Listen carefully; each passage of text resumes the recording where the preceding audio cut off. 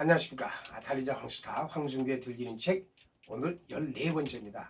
오늘 제가 소개할 책은 100세 청년의 식사법과 운동법입니다. 근데 100세 청년, 100세까지 산다는 게 중요한 것이 아니라 건강을 위한 건강법이 중요한 것이 아니라 그래 건강해서 무엇을 할 건데 그 목적이 더 확실해야 된다. 뭐 이런 얘기가 되겠습니다. 이를테면 내가 만 70세에 건강해서 무엇을 하겠다. 80에는, 90에는, 100에는 어떤 뭔가 목적이 확실히 뚜렷하면 더 건강해질 수 있다. 이런 것으로 말씀드리도록 하겠습니다. 100세 청년의 식사법과 운동법 시작하겠습니다. 자, 그래서 이 책의 저자는 미우라 게이저 씨로서 사실 이 책은 제가 2003년에 8,500원 주고 샀습니다. 그저께 다음에 읽을 책을 샀는데 벌써 15,500원이던데 한 16년이 지났더니 책값이 거의 더블이 됐네요.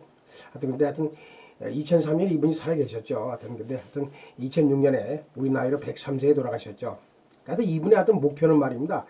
건강에서 무엇을 목표로 했냐면 자기가 가장 좋아하는 스키를 계속해서 타고자 했죠. 죽을 때까지. 그래서 이분은 그리고 또 인생의 중요한 순간마다 나름대로의 목표가 있었죠. 그래서 70세 때는 에베레스트에서 올라가서 빙하를 타고 스키를 타고 내려왔고, 그 다음에 이 99세, 이 제일 재밌는데요.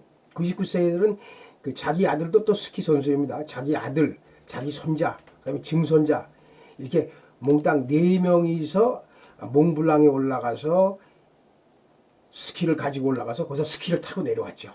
자, 이렇게 나름대로 건강한 것이 중요한 것이 아니라 무엇을 위해서 건강할 것이 있어야 되느냐, 뭐 이런 것이 이분은 중요하다고 이렇게 책에서 썼습니다. 이분의 아들이 미우라 유이치로 씨인데 이 책에 서문을 썼습니다. 서문을 썼는데 이 저자의 장남인데 이 아드님도 이제 이를테면 뭐 부전자전이어서 그런지 말인데 프로스키 선수고 산악인이었습니다. 이 아주 모험가입니다. 세계 7대륙 최고봉에서 이를테면 에베레스트에 올라가서 젊었을 때 올라가서 거기다 이제 만일의 사태를 대비해서 낙하산을 등 뒤에 메고 거기서 스키를 타고 활강을 하면서 내려왔죠. 세계 7대륙 최고봉에서 말입니다.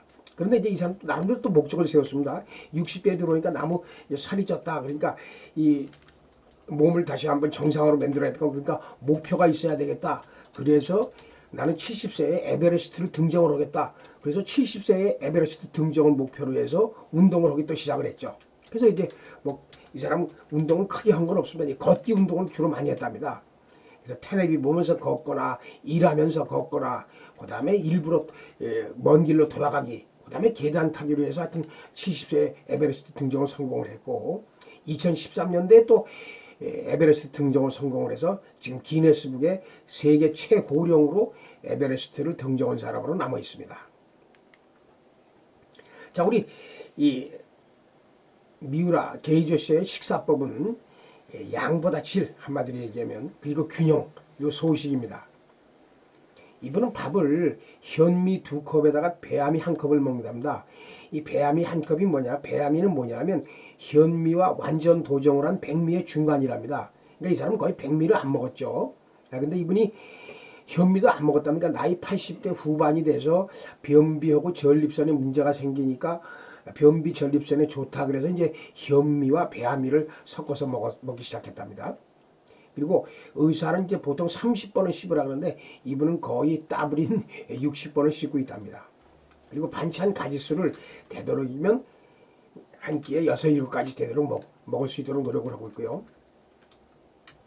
이 사람이 특히 전기 압력밥솥, 뭐 책에는 미쓰비시 압력밥솥이라고 나와 있던데, 전기 압력밥솥 나와 있던데, 그래서 뭐든지 오래 조리고 끓여서 통째로 뼈째로 먹습니다. 이를테면 우리가 이 생선 바르고 나서 이 뼈에 남지 않습니까? 머리하고 이렇게 뼈 남지 않습니까? 그거를 연어 도미를 갖다가 이 간장하고 설탕하고 물하고 넣어서 한 40분 동안 뼈를 푹 찐답니다. 그럼 그냥 아주 물러진답니다. 그래서 닭날개도 그렇고 이 생선뼈도 그렇고 뼈째 통째로 먹는답니다.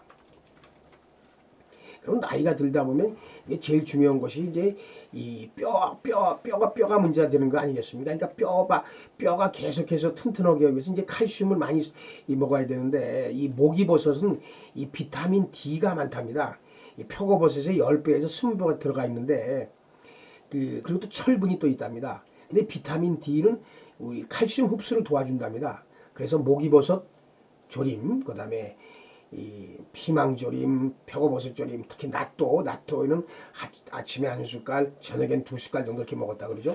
그 다음에 이분도 이제 채소를 많이 섭취하기 위해서 이제 된장국, 일본의 미소슈리 있지 않습니까? 미소슈리에다 건더기를 많이, 채소를 많이, 그래서 봄에는 미역과 죽순, 여름에는 호박, 그 다음에 이제 기타 계절에는 제철 나물 혹은 콩나물을 넣어서 듬뿍 넣어서 야채 섭취를, 채소 섭취를 많이 했답니다.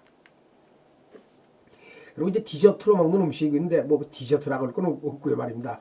그래서 이제 그 일본의 그 김치가 이제 오신고라고 이 소금에 절인 건데 이분은 그 이제 밥 먹고 나서 뭐 입안을 개운하게 위해서 이제 그 오신고 배추나 가지 오이를 소금에 절인 거 먹었고 이제 그다음에 뭐랄까 팥죽이라 그럴까요? 압력솥에 팥하고 설탕을 끓인 걸 이제 팥죽을 좀 한두 숟갈 먹고 그다음에 계절 과일 그다음에 이분도 이제 녹차를 마시는데 뭐 일본에서 이게 말차라고도 얘기를 하는데 녹차를 잎째 갈아서 같이 먹는 것이죠. 그 다음에 여름에는 감나무잎 혹은 무화과 잎을 2대1로 섞어서 그것도 또 잎째 같이 갈아서 이제 차로 우려 마신답니다. 이분은 이제 아침하고 저녁은 드시고 이제 점심은 이 감자나 고구마 찐 거를 그냥 간단하게 넘어가시는데 이 아침 저녁 식사 후에 특제 드링크 옛날에는 뭐 깨 간 것 한 숟갈 두 숟갈 그다음에 콩가루 한 숟갈 두 숟갈 그다음에 식초 계란 초란 뭐 이거 그다음에 야쿠르트 이걸 따로 먹었는데 이걸 그냥 해보다 보니까 한꺼번에 몽땅 5개 섞어서 이렇게 매일 마신답니다. 그러니까 뭐 검은깨 콩가루 뭐 이런 걸 많이 먹어서 그런지 말고 자기 말로는 이뭐 100세가 넘었는데도 흰머리보다는 뭐 검은 머리와 뭐 숫자가 비슷비슷하다 뭐 이런 것이 이렇게 뭐 얘기를 하고 있습니다.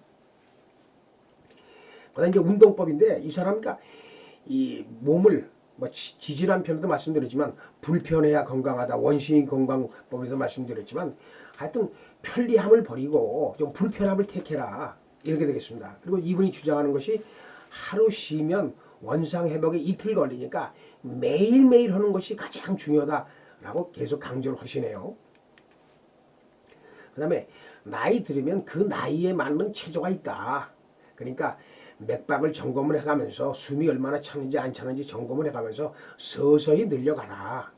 그리고 이분은 이제 운동을 하는데 모든 거에 좀 제일 중점을 둔 것이 이 치매가 되겠습니다. 치매. 그래서 아침에 일어나자마자 이제 여러 가지 운동을 2~3시간 하는데 제일 먼저 하는 것이 목 운동입니다. 목 운동, 그러니까 목에 피를 많이 보내주는 거죠. 그래서 하여튼 목 운동을 해서 그런지 몰라도 뭐 몇 년 전에 신체 검사를 했었는데 20대보다 뇌에 피의 양이 더 많이 들어오더라 뭐 이런 결과가 있었다는 거죠. 그 다음에 입 벌리기 운동, 뭐 향기 호흡, 몸 푸는 체조, 스쿼트.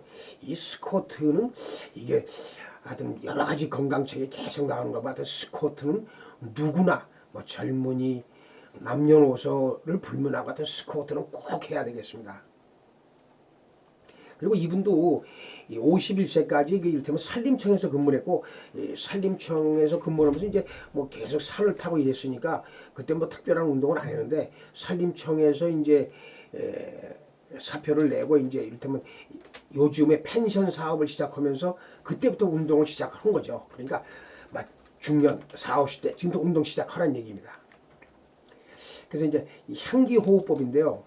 자, 이제 이 향기호흡법은 뭐냐면 우뇌를 자극을 해서 이제 이 청력 감퇴도 막고 개운하게 잠에서 깨기도 하고 그다음에 또 하나 이게 또 치매를 돕는답니다. 이게 치매 방지에 도움이 있다는데 그래서 오른 콧구멍을 손으로 막고 왼쪽 코로 향기를 이렇게 맡아가서 이 고막까지 공기가 고막까지 좀 간단한 느낌으로 해서 숨었다가 참았다가 이제 토해내는 것이죠. 25회 반복하면 하여튼 청력 감퇴, 치매에 아주 좋답니다.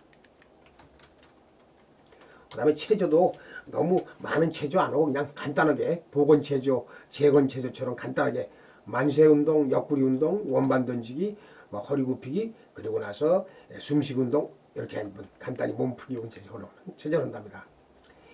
그리고 이분이 이제 돌아가시기 전까지 하여튼 102세, 103세까지 스키를 타지 않았습니까? 스키를 타려면 이 다리에 힘이 있어야 되겠습니까?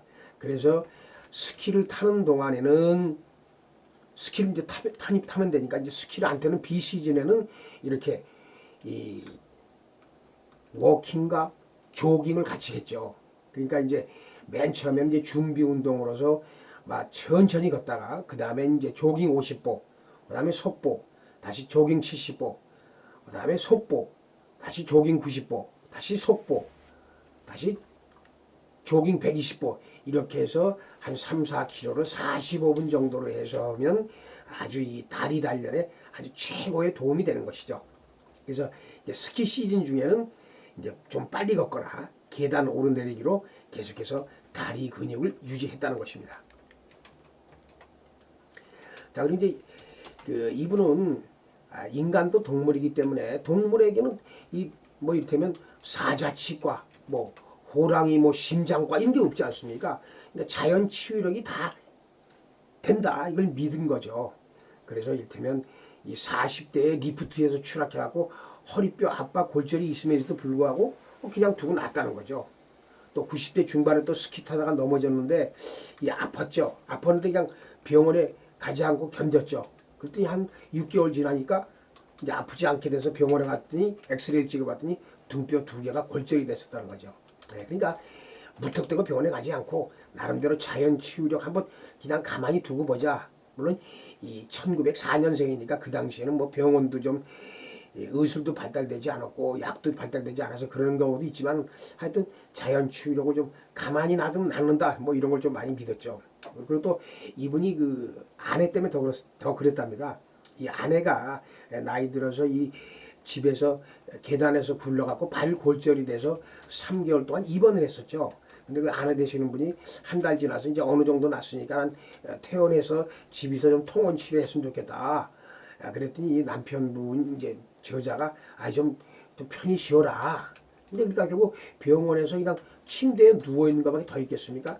결국 3개월 있다 퇴원해서 그때부터 치매 증상이 있어갖고 결국 이 부인 되시는 분은 이 밥을 먹다가 이 밥이 이 뭡니까 기도에 걸려서 결국 질식사를 했죠. 그래서 이분은 하여튼 되도록이면 병원에 입원하지 말자 좀 이런 주의입니다. 예. 자, 그래서 이 미우라 게이조 씨 100살까지 사신 분은 하여튼 어떤 건강법이 있는데 그런 유행, 학설 이런데 현혹되거나 집착되지 말고 자신만의 방법을 만들어라. 이분 아까 뭐 특제 드링크라든지 현미밥이라든지 하여튼 계속해서 자기가 새롭게 만들어 온 것이란 말이죠. 그래서 자신만의 방법. 그리고 이분은 1년에 120일을 스키를 타러 다니고 스키도 타려고 이동하면 30일 동안 이동을 했단 말이죠. 그래서 거의 1년에 150일을 자연 속에서 사는 것이죠. 그래서 이를테면 뭐 두 마디로 얘기를 한다면 my way, 자연인. 그래서 뭐 우리가 스키를 타지를 못하면 뭐 등산이라도 하여튼 들로 산으로 바깥으로 나가는 것이 좋지 않을까 생각이 됩니다. 자, 오늘 14편이었고 15편은 오늘 좀 처음으로 미리 예고드립니다. 여러분들 배우 하정우 씨 아시지 않습니까? 그 하정우 씨가 하루에 평균 걷는 걸음 보수가 말입니다. 자그마치 매일 3만 보랍니다. 한 번은 기록을 도전했는데 10만 보도 하루에 10만 보도 걸은 적이 있답니다. 그 책을 걷는 사람 하정우를 예고편으로 보내드리면서 14편 마치도록 하겠습니다. 고맙습니다.